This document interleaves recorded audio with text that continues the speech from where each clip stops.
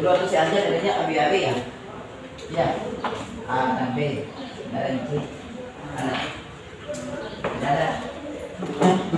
Tidak ada lagi. Tahu? Kalau yang C ada sedikit. Saya ajar dulu. Yang malu. Yang dulu saya ajar di PHI yang C angkat tangannya dulu. Itu. Nilai yang C. Nilai A siapa? Coba angkat nilai A.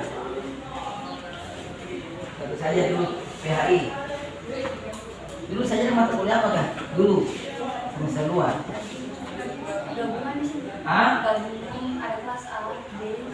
Ada kelas A dan kelas B ya. Siapa saja? Siapa yang nilai A dulu? Yang saja PHI dulu. Nilai A. Nilai B. Nilai C ada? Nggak ada?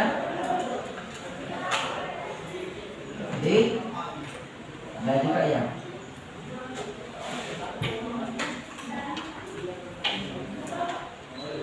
Waktu dulu waktu saya mengajar di kelas itu masih jauh baru.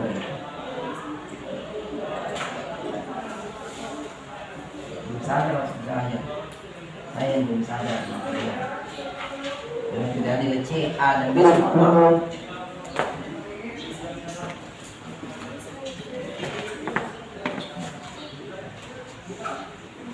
Baik, kita mulai ya. Bismillah. Assalamualaikum warahmatullahi wabarakatuh. Alhamdulillahirabbil alamin wassalatu wassalamu ala asrofil anbiya'i wal mursalin sayyidina Muhammadin wa ala alihi wa sahbihi ajma'in amma ba'd. Selamat pagi. Pagi. Bisa hukum yes. Bodohnya nah. Bagus sekali, kasih semangat dulu. Selamat pagi. Pagi. Western bisa hukum yes. Itu baru mantap.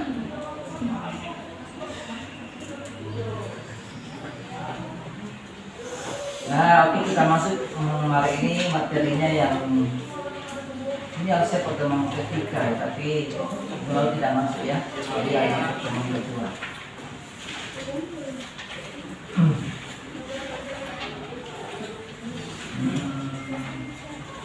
Tolong ketua kelasnya buat dulu daftar hadir sebentar bukan dalam si akad. Karena kalau saya tunggu si akad ini jaringannya lambat ya, masuk keluar. Jadi buat selembar kertas yang digilir di kertasnya, kemudian tulis nama dan tanda tangan kalian. Jadi jangan hanya menuliskan nama-namanya ya, saya percaya semua sih. Dan juga orang yang menggunakan semua. Kamu kayak video semua, ya. Nah, semoga seperti itu. Sebelum lanjut, saya ingin menjelaskan ini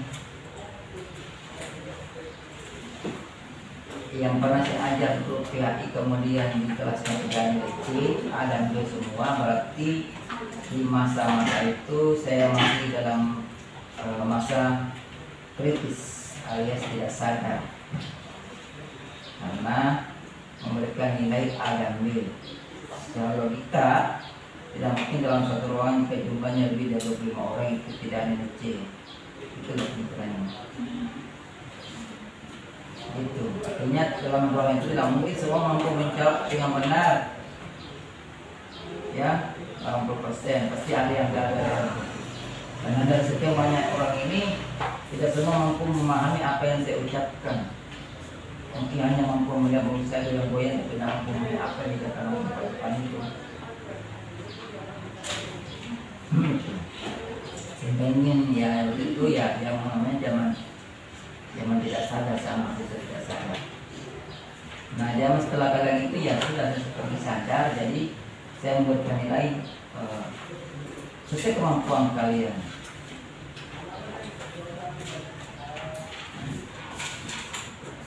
Jadi saya minta tolong belajar ya, karena saya tidak mau lagi seperti itu, dan saya akan betul-betul pekerjaan kalian. Kalau sedang betul-betul manusia itu pasti ada itu. ada yang tidak lulus, ada yang nilainya setengah. Ya, tuh, batal. Ini pernah ikut sama saya di atas? Pernah? Belum pernah? Oh, tidak pernah.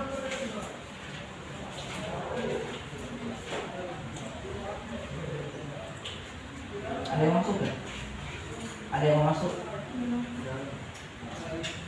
Itu ya, jadi ya saya harap dalam kelas ini semua belajar. Kalau kamu lulus A, ya A. Kalau kamu lulus B, ya B. Itu tidak akan mengurangi kalian, juga tidak akan menambah ini kalian. Jadi tergantung kualitas kalian, ya, kemampuan kalian. Minggu depan kita mulai buat praktis deh. Hari ini jangan dulu, minggu depan kita mulai buat praktis. Jadi setiap minggu kita adakan pengujian tentang materi minggu lalu. Ya, jadi yang bisa pulang belajar ya, belajar. Nanti berhela-hela di rumah di kos. Nah, hari ini kita masuk pada materi pengertian hukum. Pengertian hukum.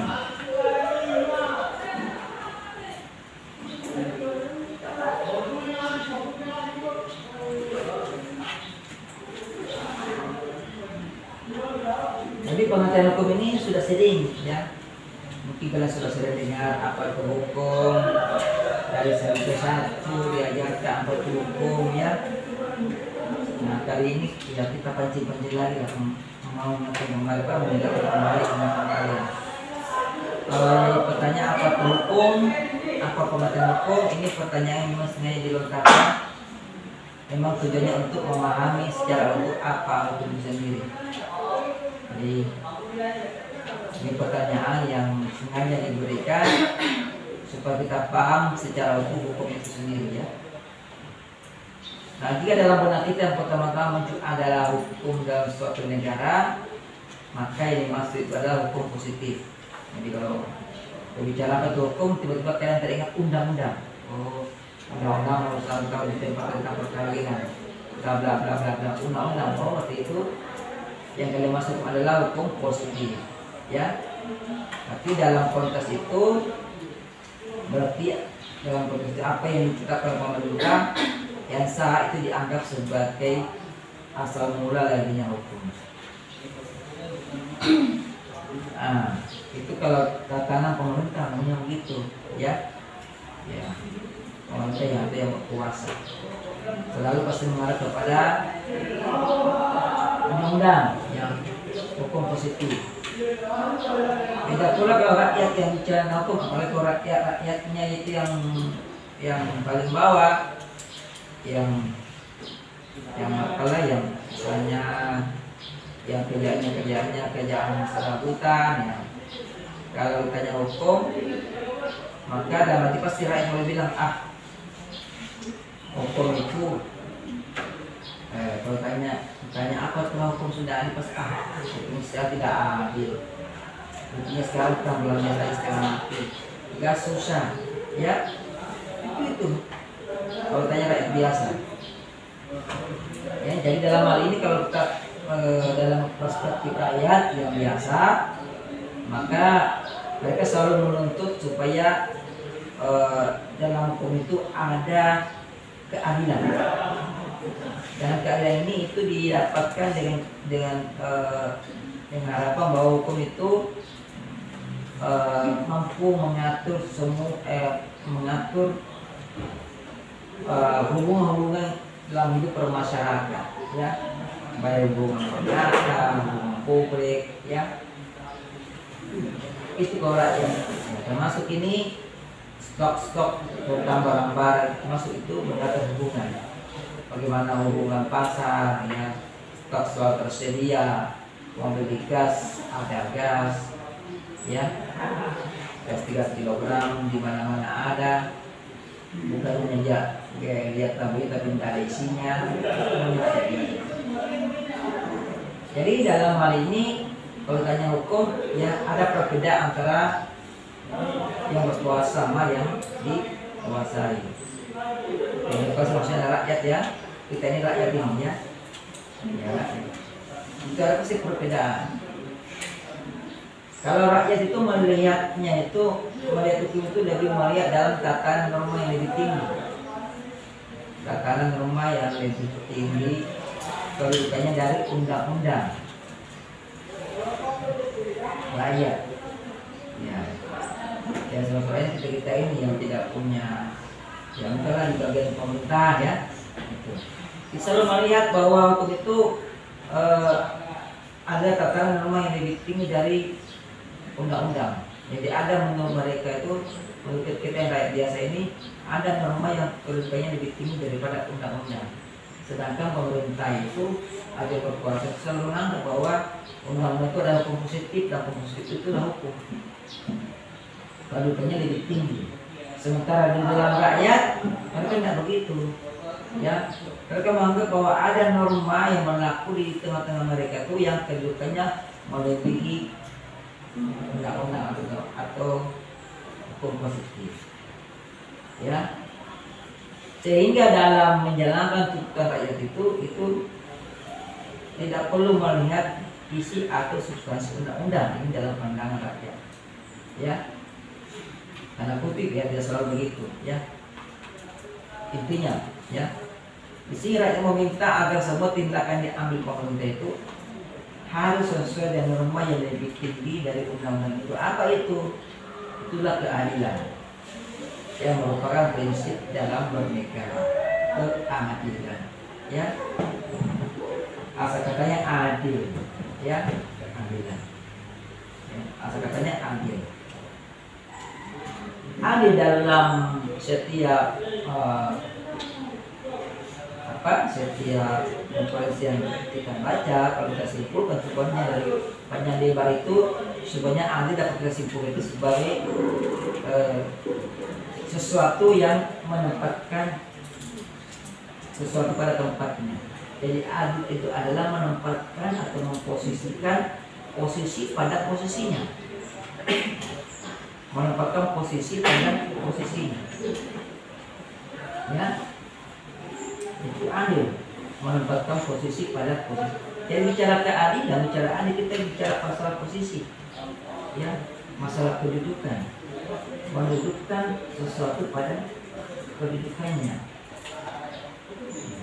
Jadi bicara itu posisi itu yang kemudian diterjemahkan, dideskripsikan dalam banyak kalimat. Tapi itulah adil, memposisikan posisi pada posisi atau menempatkan sesuatu pada tempatnya. Seperti itu. Dalam ruangan ini, jadi di mana-mana tuh adil bisa kita gambarkan. Ruangan ini misalnya, ini ruang kuliah. Ya. Adil, ya. Posisi-posisi kali tidak adil. Tapi kalau posisi ini dirubah itu menjadi tidak adil misalnya. Ini contoh kecil posisinya, ya, kalau di depan saya di belakang, tidak akan adil, ya kan? Kalau kalian di depan saya di belakang, kenapa? Karena saya merekam materi. Ya, dalam logika kita itu penyampai berpikir itu harus lebih di lebih duduk pada posisi yang lebih, ya, VIP lah ceritanya. Ini VIP, meja ini VIP, ya kan? Ya, ini adil. Siapa sih logika kita, Kalau kalian duduk di sini, nggak adil. Saya di sini adil. Tapi kalau kalian di sini satu meja ini cukup. Ya, tidak adil. Atau itu meja, ya. Meja itu kalau itu ada meja kan? Ya. Ada itu tempat nulisnya itu. Apa namanya itu? Ya, itu kursi. Beliau meja itu kursi, ya, kursi itu ada itu yang kalau tempat nulisnya itu namanya, ya, itu mejanya itu. Itu kalau kalian singkirkan, ya, kemudian kalian ganti dengan paha kalian menulis, tidak adil itu, karena, ya, kalian menggeser posisi meja botol itu, yang paha kalian tidak adil, ya kan? Tidak adil itu, dengan tempat-tempatnya.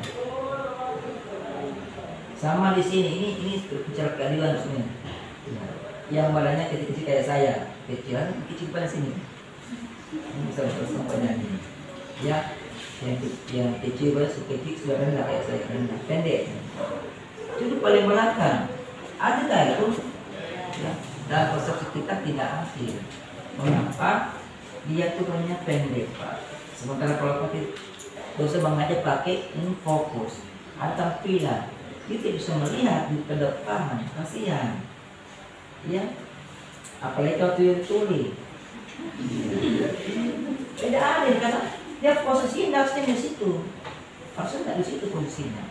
Harusnya di depan dia supaya bisa mendengar lebih jelas, bisa melihat lebih jelas. Tidak adil, ya kan?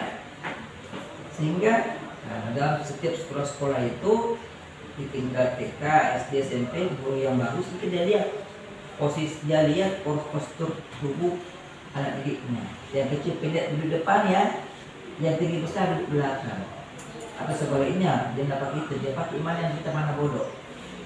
Ya, ya pintar di belakangnya, yang bodoh depan. Sekarang lebih cepat mendengar. Ya, lebih mendengar. Karena kalau sudah pintar itu walaupun kita dengan menyesuaikan keras dia sudah bisa tangkap. Kalau pintar seperti itu, ya. Jadi ada itu melakukan sesuatu tempatnya. Di pasangan itu di tembok nempel, ya. Kalau dia nempelnya di sini dekat saya, tidak ada. Kenapa? Cuma saya nggak tahu. Anginnya tidak dapat, tidak ada tahu. Kok pada memang mesti tahu di sini di lantai nggak boleh. Nah itu memang di situ. Ya. Di pasang ini dinding, nempel di dinding. Seperti itu. Jadi itu adil, cara adil juga menempatkan satu pada tempatnya. Jadi banyak orang mengartikan mendefinisikan adil, sebenarnya Anda adil lebih tepat pengertiannya, menempatkan sesuatu pada tempatnya, ya.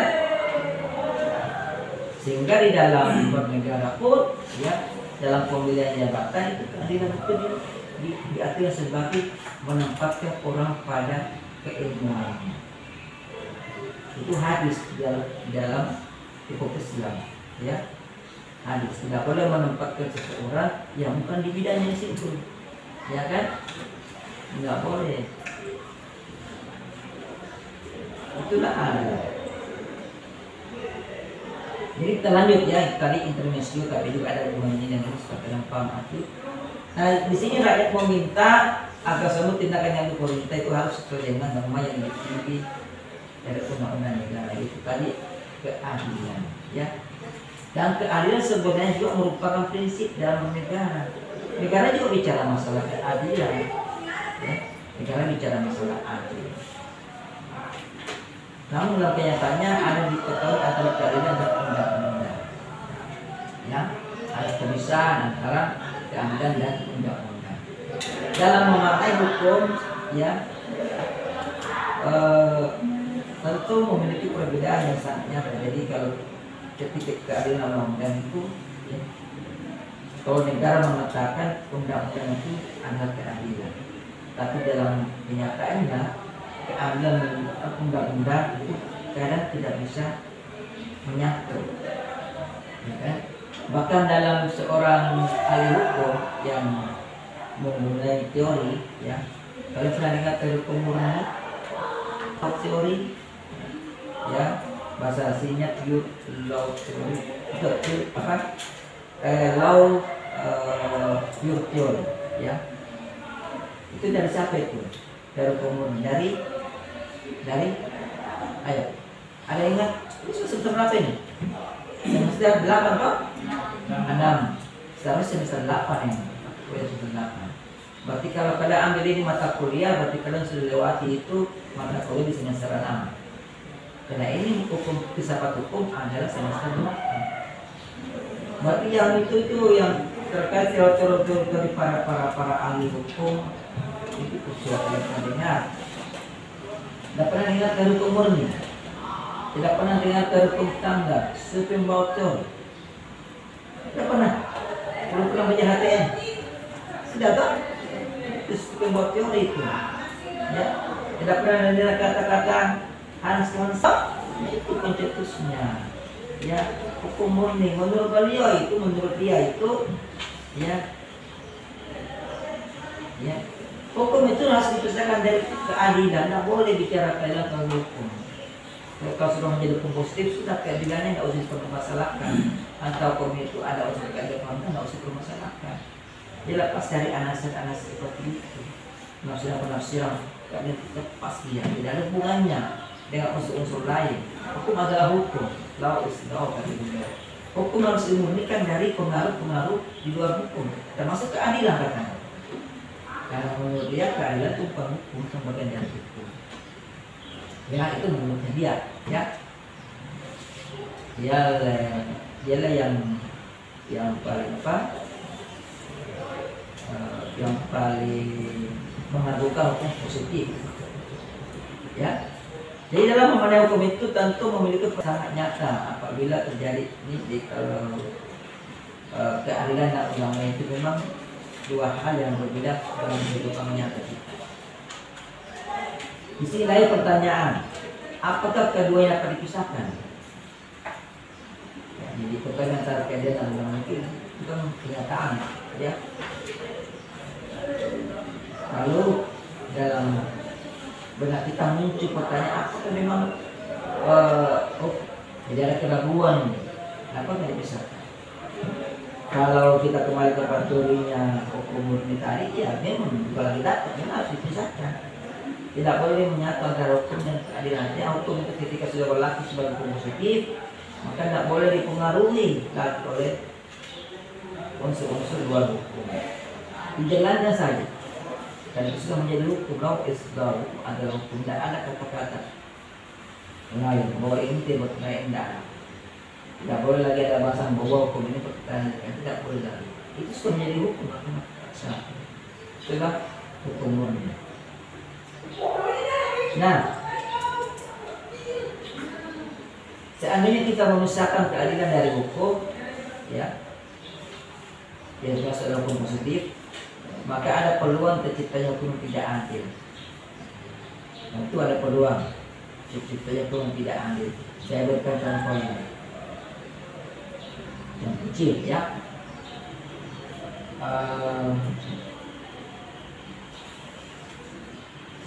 Kalian pernah lihat kereta api enggak? Pernah, ya. Di sekolah ada enggak kereta api? Ya. Kalian pernah melintas di kereta api itu punya rel kan? Iya, kalau kereta api mau melintas itu mau lewat di persimpangan jalannya masyarakat itu kan ada namanya apa dan turun itu? Palang atau portal. Palang itu kan palangnya turun kan? Kalau sudah dari jauh bunyinya kereta api, ya. Sekali itu yang kira-kira ya, saya dengar lagi gimana bunyinya. Itu setiap pengguna jalan wajib berhenti. Ya, wajib berhenti. Mengapa wajib berhenti? Ada peraturannya. Ini kata peraturan. Makanya kalau orang ngotot melintas, kita beroleh kereta api, yang bawa kereta apinya, Mercedesnya tidak bisa dipidana, ya, karena memang kereta api tidak boleh melakukan di tempatnya, di stasiun. Jangan aja tabrak orang, mau tabrak kucing, tabrak orang, bawa bayi pun ditabrak, tidak masalah. Kalau lihat terobos, tidak akan kena hukuman masing-masing, ya. Jadi jalan itu sudah hukumnya, aturannya begitu. Seperti itu. Nah, saya kasih contoh ini. Ini contoh yang pernah diberikan oleh salah satu dosen saya di UNS, ya, Pak Bernard. Pernah baca bukunya Pak Bernard, Dr. Bernard Elkania? Pernah? Tidak pernah? Nanti cari-cari bukunya, banyak bukunya itu. Ya, bagus-bagus bukunya. Jadi dulu contoh begini. Kalau ada itu kan kita menyeberang kereta, ada palang. Jadi ini kereta sudah jauh, sudah bunyi, sudah memegang tanda, ya, sudah bunyi itu. Tiba-tiba di depan kita itu ini ilustrasi aja. Kan ada larangan itu menyeberang ketika sudah palang sudah turun. Ketika sudah ada palang di depan kita dilarang menyeberang, dilarang melintasi rel itu. Kalau kita lihat di jalan di depan itu ada nenek-nenek yang terlanjur terjebak di rel. Mungkin selendangnya kan yang terjepit di rel bisa jalan, ya. Mungkin pakai selendang atau kebayanya kan dulu orang pakai kebaya. Yang nenek masih nenek tempo dulu ya. Atau kaki yang mungkin selendangnya terjepit di situ, nggak bisa diangkat. Kira-kira sebagai manusia kita tegang nggak melihatnya? Nah, ini masih kita masih ini kita kira-kira masih ada 10 menit, kita masih bisa selebat menarik masa ini, ya, orang masa tarik, ya, sampai putus sandalnya misalnya, ada putus kebayaan tarik selamanya. Kalau kita menyeberang kita melanggar hukum, seperti itu. Ya. Dan kalau kita nak nyebrang kita lihat saja berarti hukum itu akan menjadi tidak adil. Contoh, ya, jadi karena ketaatan kepada undang-undang itu menimbulkan ketidakadilan. Karena ketidaktaatan justru menimbulkan keadilan. Kalau bagi saya, kalau kita tinggal diam melihat itu jelas. Kalau kereta tidak adil, ya. Kenapa? Kan kita masukin ke sepatu menolong, ya. Masukin ke sepatu menolong. Ya, tarik ketika itu tidak adil, ya. Jadi makanya dalam ya, sebagian menyatakan bahwa sebagian para ahli hukum menyatakan bahwa hukum yang tidak adil itu tidak memiliki kekuatan hukum. Dan itu bukan hukum yang sebenarnya, sehingga dia tidak memiliki kekuatan hukum. Kalau tidak memiliki kekuatan hukum, maka sebenarnya tidak perlu ditaati.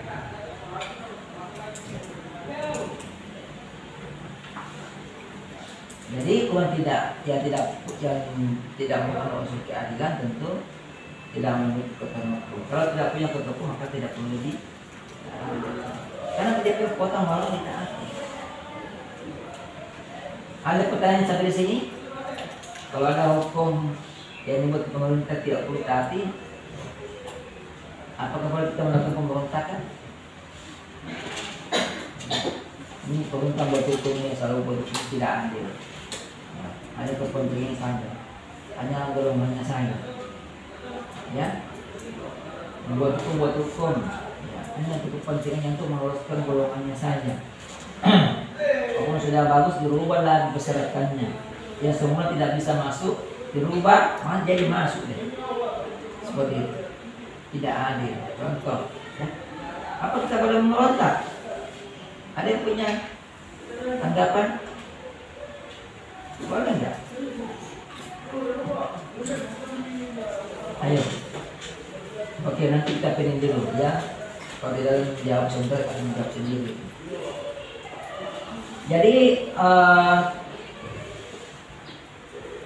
mengapa sekali lagi hukum yang tidak adil itu tidak perlu, atau dengan kata lain hukum tidak adil itu tidak memiliki kekuatan hukum, ya. Karena makna dari hukum itu sendiri adalah keadilan. Hukum tidak punya makna tidak perlu. Kalau hukum tidak punya makna maka dia bukanlah hukum. Ibaratnya hukum dan keadilan itu adalah ibaratnya tubuh sama roh, raga sama roh. Kalau kita manusiakan itu hukum, maka dia adalah raga dan roh. Kalau raga tanpa roh, ya, dia akan menjadi manya. Ya. Dalam literatur kita baca hukum positif mana yang menjadi hukum mati saja, hukum mati. Jadi hukum mati ya hanya tulisan saja, ya, tidak bisa dijalankan. Sama dengan ini undang-undang hukum pidana kita dimasukkan itu tindak pidana apa itu yang orang tiba-tiba langsung mati, apa namanya? Santet, pelet. Ya. Dimasukkan di situ, ya. Santet. Gimana cara pembuktian itu santet itu?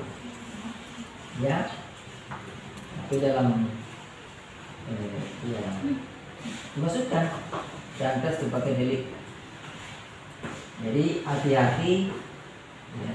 Kalau kalian punya santet, nggak usah bilang-bilang. Apalagi mempromosikan, itu bukti. Buktinya. Jadi kalau kalian sudah pasang itu di Facebook, terima pelayanan. Ya, kalau kalian nggak bilang santet, terima pelayanan. Membuat perempuan terpikat. Santet itu. Ya, membuat perempuan tergila-gila. Menerima pelayanan memanggil perempuan dari jarak 1000 km ke rumah. Hati-hati bukti itu. Nanti ada perempuan yang betul-betul iya, orang bukan kalian gila, orang gila atau rumah kalian. Kalau kalian bisa menonton anak-anak, sebelum anaknya gila, itu hukumannya tertulis, terbukti. Jadi terbukti bahwa ya bukti untuk dijerat dengan delik pidana santet, ya. Walaupun memang agak jahat makanya, ya. Kan banyak sekarang perdukunan begitu dia pasang promosi begitu perdukunan. Jadi makanya ini untuk mengurangi praktek perdukunan supaya dokter laku semua, ya. Karena dulu itu terkadang menjadi sering dokter, ya.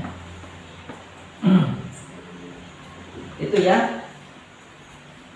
Nah, dalam tanggapan umum makna hukum adalah mewujudkan keadilan dalam hidup bersama, ya, dalam kehidupan bersama manusia. Itu untuk kita mengenalkan keadilan dalam hidup bersama manusia, ya. Bukan hidup bersama hewan, hidup bersama manusia.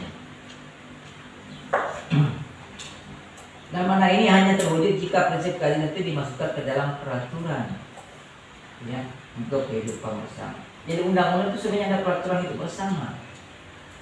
Undang-undang itu peraturan hidup bersama. Jadi kalau maknanya peraturan hidup bersama bukan berarti harus tinggal serumah, yang itu pikirannya, ya. Artinya peraturan hidup bersama itu, ya, karena hukum itu mengatur semua kegiatan kita. Hukum itu mengatur semua positif, ya, itu mengatur semua kegiatan kita, mulai dari tidur, bangun tidur, mengatur semua. Justru karena tugasnya hukum itu mengatur semua kegiatan hidup manusia, maka kata Profesor Sri Kamatakusumo, ada kita namanya, ada pernah baca buku ini enggak? Ini nama-nama seperti ini nanti dikejar namanya siapa ini? Profesor Dr. Raden Mas Sri Kamatakusumo. Orang mana itu? Orang Jawa yang ada Raden Masnya, ya. Dia profesor guru besar dari mana dia? Guru besar dari pahaya juga nih paling. Itu nama-nama seperti itu. Korsudi, no. Kalian bisa sendirikan namanya, baca nama, baca, ya, pendapat,nya. Itu dari guru besar UGM, ya. Itu guru saya di UGM dulu. Beliau mengajar saya itu dari semester 1 sampai semester akhir. Mengajarnya dia itu penemuan hukum dan filsafat hukum. Saya belajar 2 kali, 2 semester. Penemuan hukum dan filsafat hukum, ya. Guru besarnya UGM di bidang hukum perdata, ya. Jadi kata beliau itu hukum itu tidak mungkin sempurna dan tidak akan sempurna. Impossible kata beliau. Hukum tidak mungkin sempurna, ya. Hukum tidak sempurna dan tidak mungkin sempurna. Begitu kata-katanya. Apa alasannya? Karena hukum itu mengatur semua kegiatan manusia. Kok kalau mengatur semua kegiatan manusia itu tidak sempurna? Mengapa demikian? Karena kegiatan manusia itu sangat banyak jumlahnya. Jumlahnya banyak sekali kegiatan manusia itu. Banyak. Tidak bisa dihitung itu. Mulai dari bangun tidur sampai tidur lagi. Banyak sekali. Sehingga hukum tidak mungkin sempurna. Jadi hukum itu hanya mengatur apa? Hukum terkadang hanya mengatur hal-hal umum saja. Tidak sedetail-detail, walaupun itu undang-undang, walaupun itu PP, walaupun itu juknis, petunjuk teknis, tidak mungkin sedetail, mungkin sempurna, tidak mungkin. Pasti ada yang terlewatkan. Ya, walaupun tidak semua seperti itu, tapi banyak begitu. Makanya dikatakan hukum itu tidak sempurna dan tidak mungkin sempurna, atau tidak lengkap dan tidak mungkin lengkap. Karena kegiatan manusia itu sangat banyak, sangat banyak. Dan hukum itu mengatur seluruh kegiatan manusia. Saking banyaknya sehingga kewalahan. Ya, ditambah lagi manusia itu berkembang dari tahun ke tahun, dari hari ke hari. Hari ke hari berkembang, bulan ke bulan berkembang. Bukan cuma berkembang fisik. Ya. Oke, kita bahasa psikologi, berkembang dan tumbuh. Manusia itu berkembang dan tumbuh. Kalau paham berkembang dan tumbuh kan? Perkembangan beda, pertumbuhan beda. Ya, perkembangan itu berarti adalah perubahan psikologi. Jiwa kita itu berkembang. Ya, kalau bicara masalah perubahan psikologi dari 0 ke 1 dan seterusnya, itu bicara bahasa perkembangan. Berkembang dan tumbuh. Ya, kalau tumbuh itu berarti fisiknya.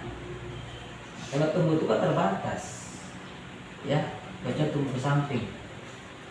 Kalau tumbuh samping tidak terbatas sih. Ada orang sampai 100 kilo beratnya itu. Pakai dari makin tumbuh terus. Ya, ke samping sih. Ya. Yang penting kita di samping tumbuh terus. Ya. Apalagi sudah kawin, sudah nikah. Sama kayak saya masih belum menikah itu di tahun 2010-2009, pada saya tidak begini. Kecil saya begitu sekali, ya, kecil. Sudah menikah baru melebar ke samping. Celana ini sudah nggak pakai lagi, baru sudah ini ke depan, ya. Ini tumbuh. Tapi berkembang. Manusia itu sebagai manusia akan berkembang terus menerus. Tahun ke tahun berkembang, ya, psikologinya, ya, jiwanya, pikirannya berkembang. Perkembangan pikirannya itu mempengaruhi kehidupan sekitarnya. Perkembangan pikiran manusia itu mempengaruhi juga hukum.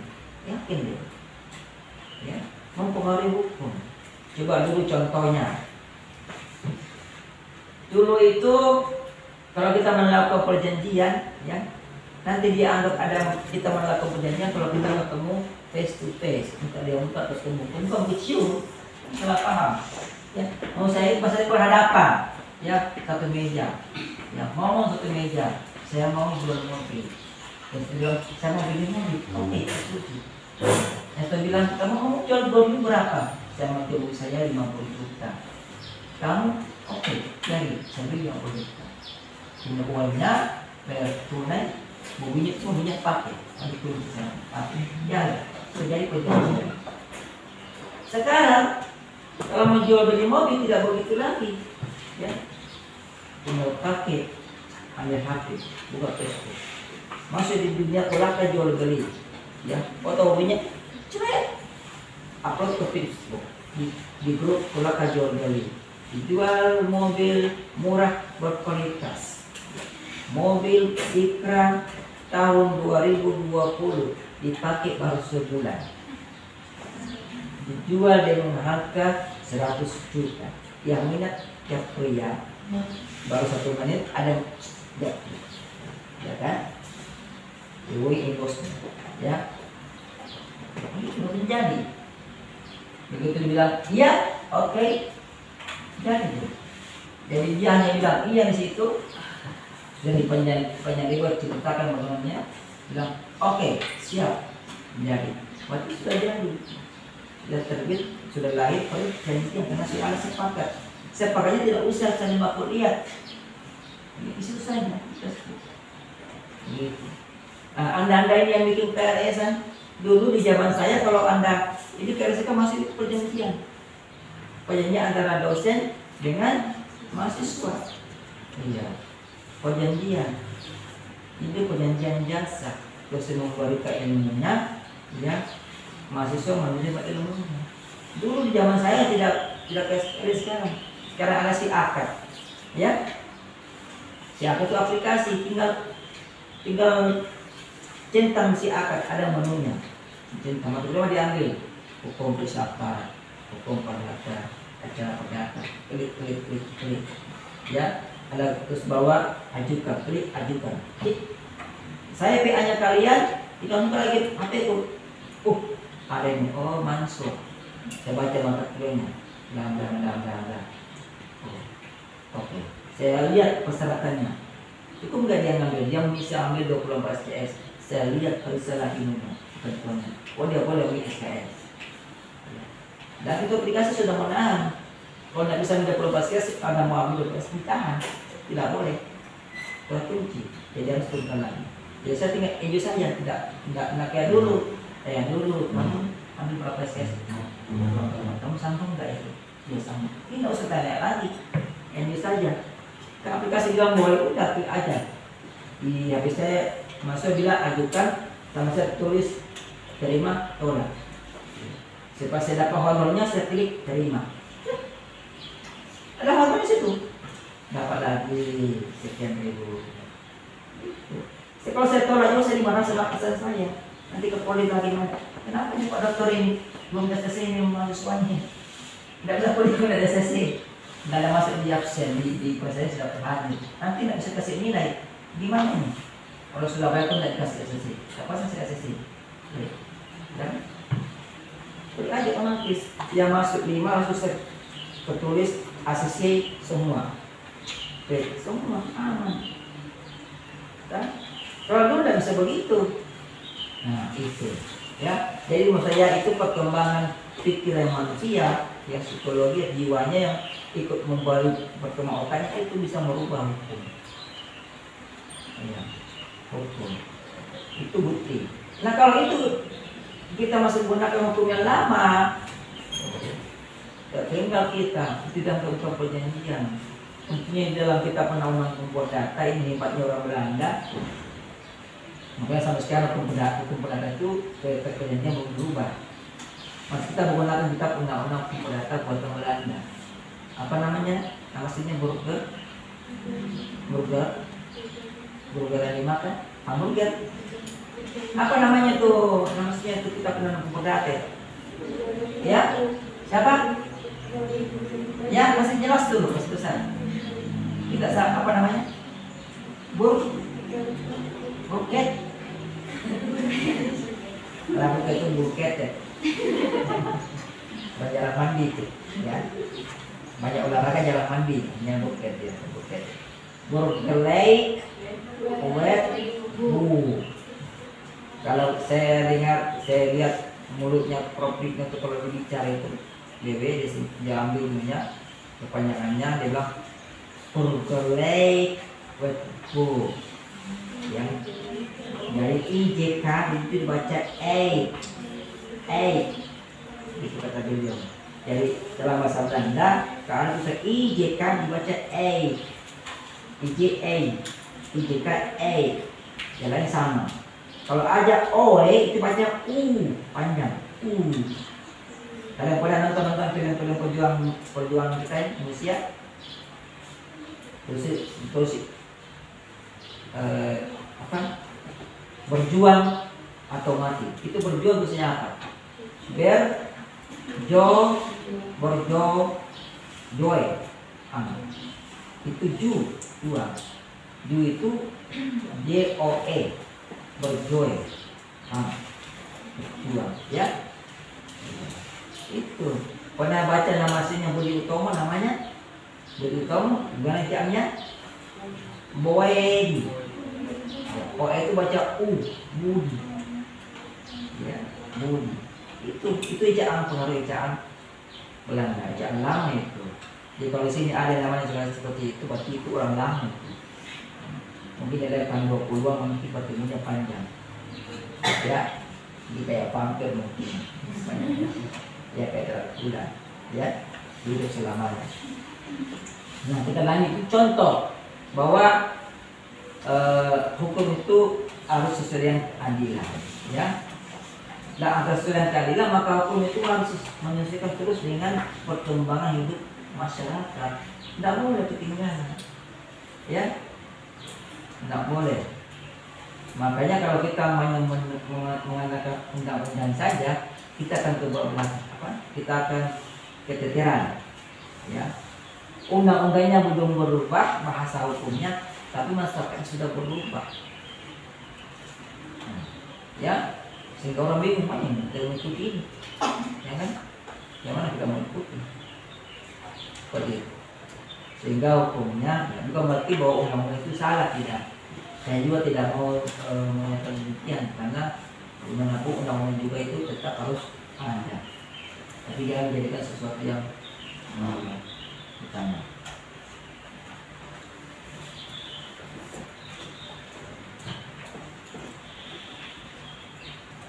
Makanya dalam undang-undang hakim kita itu disebut jelas ada kodenya bahwa hakim tidak boleh menolak perkara, ya, asal tidak ada hukumnya. Silakan hakim menolak perkara yang tidak ada hukumnya. Berubah itu menolak hakiman tetap ada di dunia itu. Hakim tidak boleh menolak perkara yang akan tidak ada hukumnya. Maksudnya apa itu? Tidak ada hukum tertulisnya, tidak boleh. Kalau tidak ada hukum tertulisnya, maka hakim wajib menggali nilai-nilai yang hidup di dalam. Itu yang hukum tertinggi, itulah keadilan. Ya. Kalau jadi hakim, ya, jangan sok-sokan mentolak perkara yang lawan dan yang tidak ada tertulisnya. Di pulang saja, tidak boleh, ya.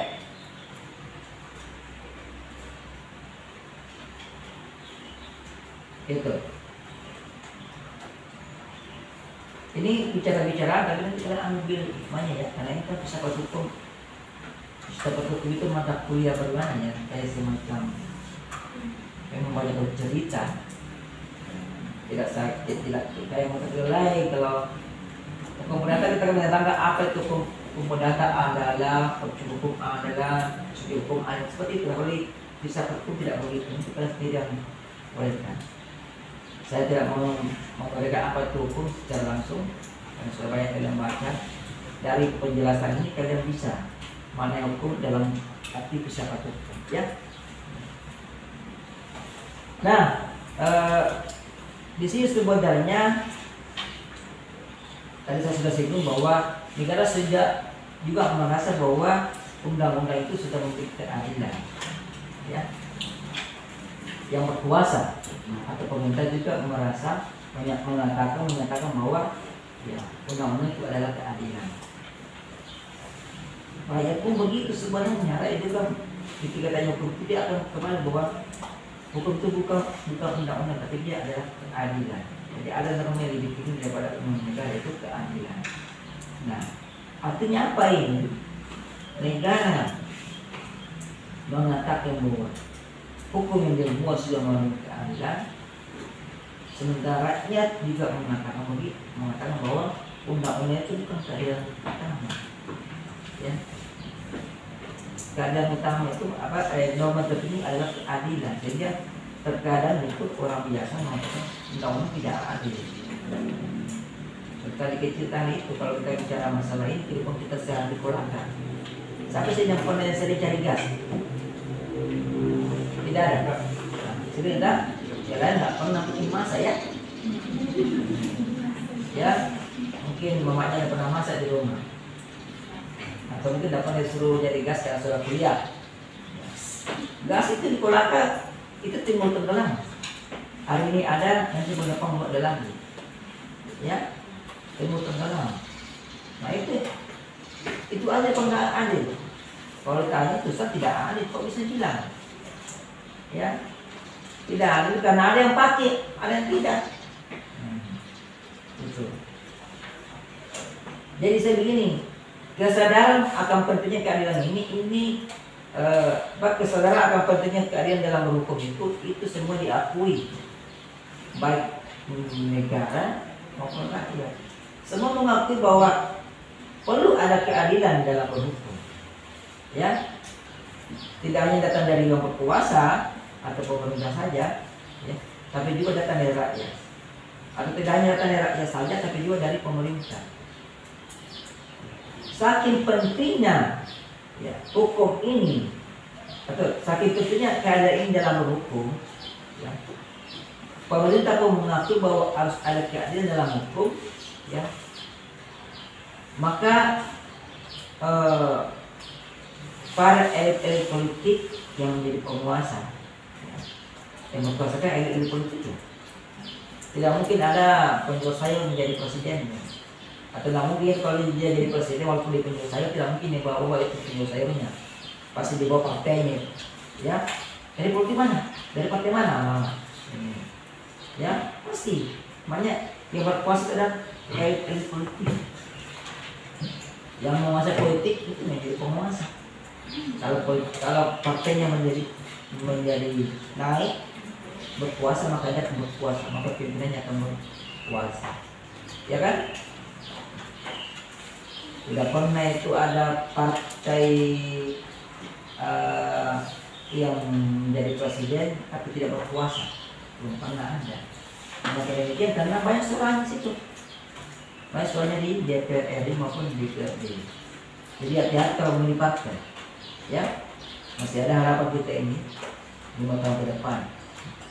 Ya, seandainya pemerintah sekarang ini kita anggap rasa-rasa tidak bagus, maka jangan pilih dari partainya, pilih partai yang lain, ya. Ya, tapi terkadang kita sendiri itu kalau sudah lihat uang merah, ya, hilang idealismenya, hilang logikanya. Jadi terkadang uang itu menghilangkan logika, ya. Terkadang itu ya periuk itu lebih unggul daripada logika, ya. Daripada kita tidak masak, orang bilang, maka kita masak. Kalau kita tidak masak, kita bisa mati. Kalau kita kehilangan logika, kita masih hidup. Katanya asal makan, kita gitu. Bila pikiran, bila logika, kita masih hidup, ya, dan masih bisa mendidik orang lain. Kita masih bisa makan. Jadi, kalau kita terima uang, masih bisa, iya, masih bisa mengisi periuk. Kalau ada uang, akan mengisikan periuk. Ya pakai si batu. Tapi itu semua pemikiran yang salah, ya. Kalian pernah lihat konten saya di masa saya pemilu? Jadi tidak pemilihan sadar, ya. Banyak di antara kita ini mungkin semua kurang ini mungkin menjadi pemilihan tidak sadar, ya. Kalau diserang, ya. Kalau dulu kan serangan fajar, sekarang pun serangan fajar, sekarang serangan siang pun ada, serangan malam pun ada. Kalau serangan fajar sebelum fajar terbit ada tertutup-tutupnya. Waktu itu ada uang, ada amplop, ada 5 lembar uang warna merah, tapi ada setipannya ada foto. Jangan lupa ya, fotonya ini. Sekian. Dulu sekarang enggak. Dulu serang dia siang-siang diserang aja tuh. Ya biar tengah jalan di pasar di sana. Kok begini? Jadi apa? Nama siapa? Ini. Ya. Kasih kode ini. Nah, oke. Dasar kode langsung kasih transaksi. Malah ada yang paling ini ya, berani transaksi. Ini amplop dari ini ya. Jangan lupa ya. Ambil lagi. Ketemu lawan lagi sama peluncur. Ini amplop dari ini ya, ambil lagi. Baru mau dibuka amplop yang mana tertinggi. Ya. Ada yang kasih 300.000, ada yang kasih 320.000, ada yang kasih 350.000, itu udah tipis. Ya. Ada yang kasih 500, ya ambil tetap 500, ya. Artinya ambil semua uangnya, tapi yang ditunjuk yang paling tinggi. Itu masih dipilih, itu paling tinggi ditunjuk.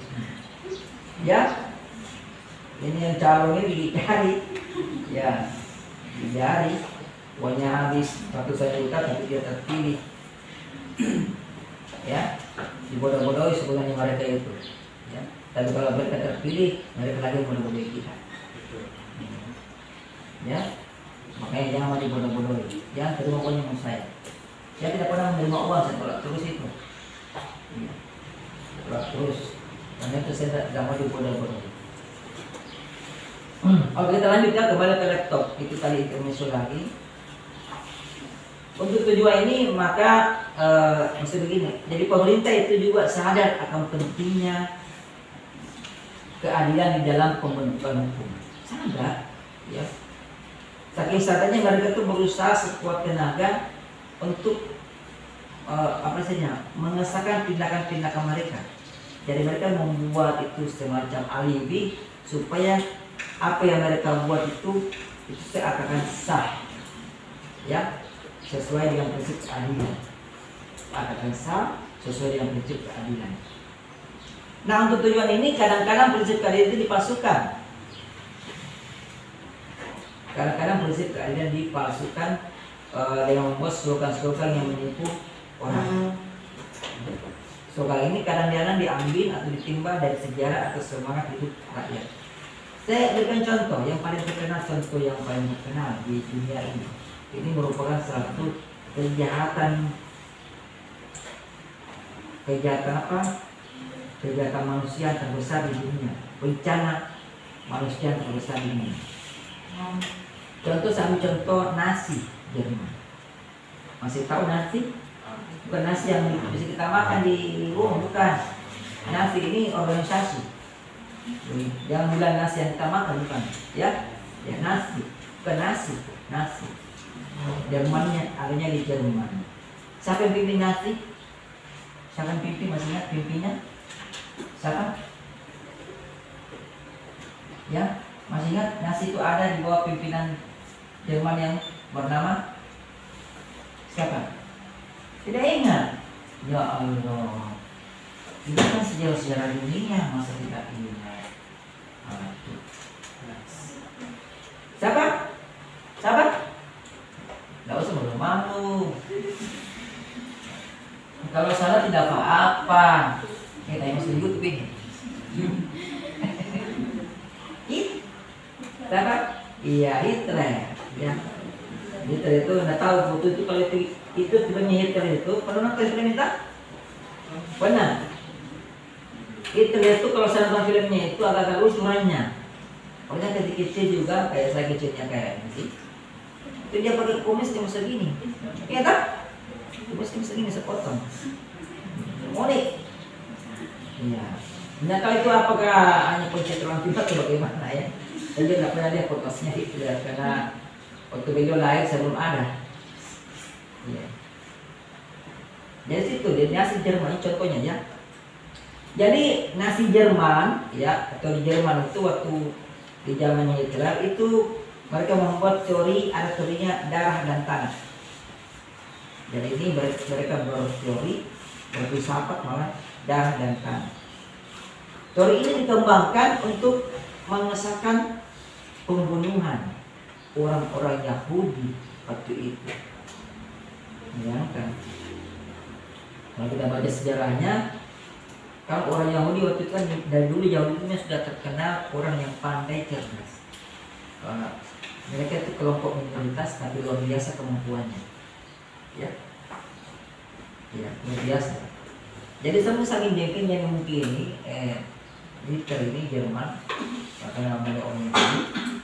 Ya, dalam beberapa berita informasi mereka itu dibunuh. Ya, awalnya tuh nggak dibunuh secara jadi dikumpulkan mereka itu kalau kita baca di beberapa informasi sejarah itu, mereka dikumpulkan untuk diundang masuk ke dalam ruangan untuk mandi uap. Ya, pada maju YouTube-nya apa di konten YouTube siapa saya lupa. Coba kalian baca ceritanya itu ya. Lalu diracun di situ. Diracun massal. Ya. Setelah itu barulah diadakan jadi ditembaki pada yang lari ditembaki. Dibunuh lah. Jadi ada undang-undangnya itu. Nasi itu ya atas perintah Hitler disuruh buatkan undang. Apa dasarnya tadi? Teori darah dan tanah. Ya. Jadi